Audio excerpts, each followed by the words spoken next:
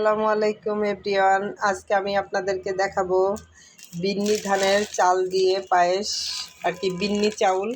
তো এই চাউলটা হচ্ছে বান্দরবন থেকে আমাদের এক ছোট বোন পাহাড়িয়া ও এনে দিয়েছে। তো এখান থেকে আমি কিছুটা এখানে নিয়ে নিয়েছি, আর এটাকে ধুয়ে আমি পরিষ্কার করে নিব।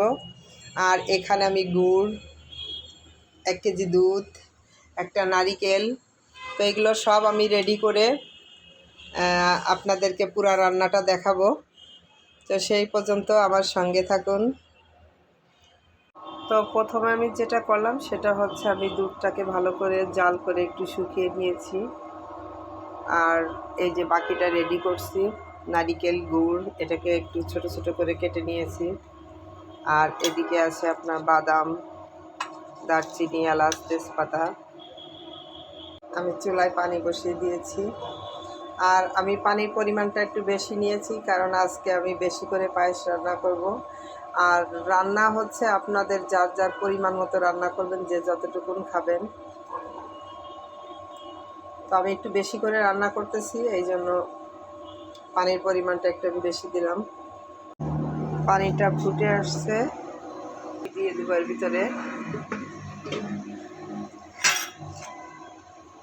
গুড় দিয়ে দিব।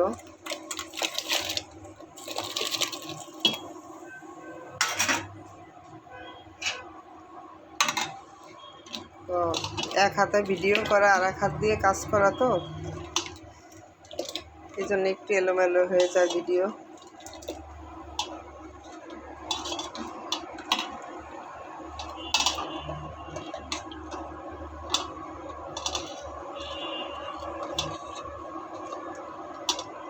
তো এই পর্যায়ে আপনারা একটা কাজ করতে পারেন, সেটা হচ্ছে গুড়টা গলে গেলে মিষ্টিটা একটু মিষ্টির পরিমাণটা আপনারা দেখে নিতে পারেন। তো আমি একটু দেখে নিচ্ছি যে মিষ্টিটা কতটুকুন হয়েছে। আমার মনে হচ্ছে আর একটু মিষ্টি লাগবে, তবে আর একটু মিষ্টি দিয়ে নিচ্ছি, মানে আর একটু গুড় দিয়ে নিলাম।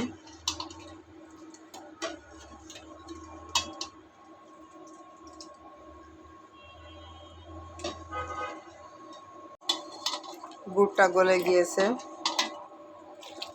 এই পর্যায়ে আমি এখন চালগুলোকে আমি ভালো করে ধুয়ে পানি ছড়িয়ে নিয়েছিলাম, এখন আমি চাউলগুলো দিয়ে দেবো।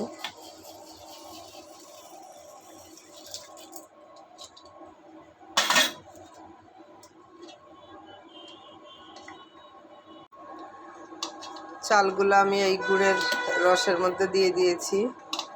তো এখন আমি কি করব, দুটো তেজপাতা দিয়ে দিব,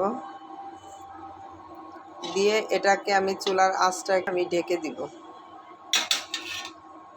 যতক্ষণ না চালগুলা একটু ফুটে যাচ্ছে। একটু ফুটার জন্য আমি এটাকে চুলার মিডিয়াম আঁচে রাখবো। তো আমি এখন লবণ দিয়ে দেব, যেহেতু চাউলটা ফুটে গিয়েছে।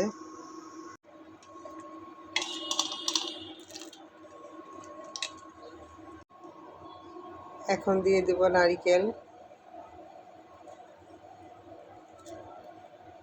এখানে আমি নারিকেলটা একটু বেশি করে দিলাম, যেহেতু চাউলটাও একটু লাল দেখতে, গুড়টাও লাল।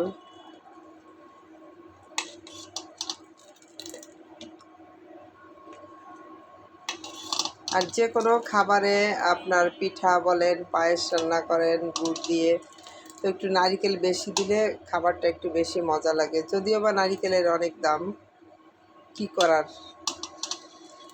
তারপরেও এভাবে দেখেছি আমার মাকে রান্না করতে। তো আমরা যেটা করেছি সেটা হচ্ছে কাঁচা নারিকেল, মানে আধা কাঁচা নারিকেল দিয়ে আমার মা দেখছি এই আপনার খেজুরের রস দিয়ে রান্না করছে। তো আমরা সেগুলো কোথায় পাবো? যাই হোক, যেহেতু ঢাকায় থাকি, নারিকেলেরও প্রচুর দাম, তারপরও শুকনা নারিকেল, তো এভাবেই রান্না করছি। এলাচ, দারচিনি দিয়ে দিব, আর দিয়ে দেবো কিছু বাদাম কুচি।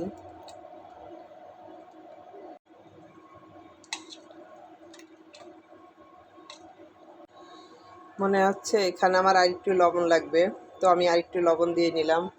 আসলে যেহেতু আমি এখানে কোনো পরিমাণ দেই নাই যে কতটুকুন চাল দিলাম, কতটুকুন গুড় দিলাম, কারণ আমি এটা একদমই আন্দাজ করে রান্না করতেছি, যেহেতু আমি বেশি করে রান্না করতেছি।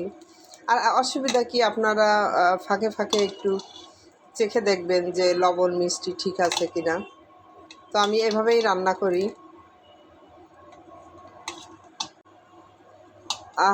কি বলবো, প্রচুর সেন্ট বের হয়েছে, মানে এত ঘ্রাণে আমার পুরা ঘর একদম মাখা মাখা হয়ে গেছে।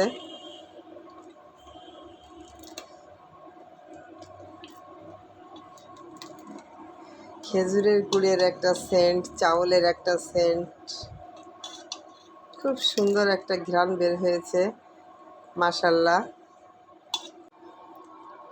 অনেকটাই ঘন হয়ে গেছে, একদম জমে ক্ষীর হয়ে গিয়েছে। তো এই পর্যায়ে আমি সেই জাল করে রাখা দুধগুলা দিয়ে দিচ্ছি।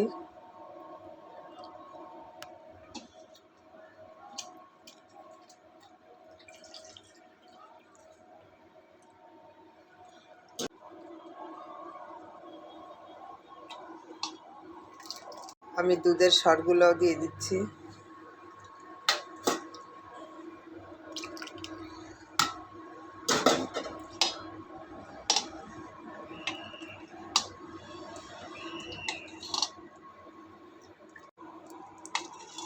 তো গাইজ, আমার পায়েস রান্না হয়ে গিয়েছে। তো আমি পাতলা অবস্থায় নামাবো, কারণ এটা ঠান্ডা হয়ে যাওয়ার পরে এটা আর একটু ঘন হয়ে যাবে। তো এই পর্যায়ে আমি এখন নামিয়ে আপনাদেরকে সাজিয়ে দেখাবো। আমি নিয়েছি আর এখন এটাকে আপনাদেরকে পরিবেশন করে দেখাবো। আর পায়েসটা আসলে একটু লাল হয়েছে, কেননা চালটাও লাল, গুঁড়ো লাল, খেতে অনেক টেস্ট হয়েছে।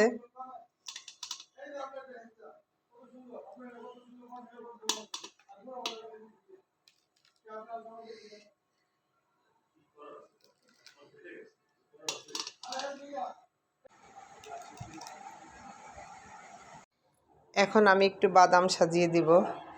আসলে আমি কখনো বিন্নি ধানের চাউলের পায়েস করি নাই, তো আমি আজকেই ফার্স্ট। আর আমার একটা জিনিস কি, আপনারা আগে পরে দেখেছেন, আমার কিছু কিছু রান্না আপনাদের সঙ্গে শেয়ার করি, সবগুলো না, কারণ আমি কখনো কারো রান্না ফলো করি না।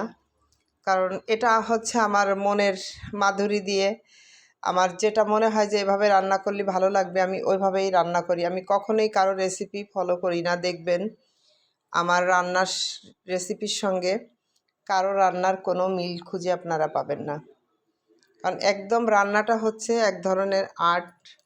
আপনারা যেভাবে রান্না করবেন মন দিয়ে, তো আপনার রান্নাটা দেখবেন খুবই সুস্বাদু এবং ভালো হয়েছে। আপনি কোনো কিছু ফলো করবেন তো দেখবেন আপনার কিছু না কিছু উল্টোপাল্টা হবে। তো আসলে মায়ের কাছ থেকেই অনেক কিছু আমার শেখা। ওই চোখে কোনো রকম একটু দেখেছি, মা করছে, ছোটোবেলার দেখা, আর কিছুটা আইডিয়া। তো এই পর্যায়ে দেখেন কত সুন্দর লাগতেছে, আর খেতেও অনেক মজা হয়েছে। তো আমি আসলে টিকটক দিয়ে ভিডিও বানাই, আপনাদের সঙ্গে একটু শেয়ার করি। আমার আইডিতে আসলে লাইক কমেন্ট একদমই পড়ে না, তারপরও আমি ভিডিও বানাই, ভালো লাগে। তো সবার যদি ভালো লাগে আমার আজকের রান্নাটা, আজকের রেসিপিটা, তাহলে সবাই একটা লাইক কমেন্ট দিবেন। সবাই ভালো থাকবেন। আল্লাহ হাফেজ।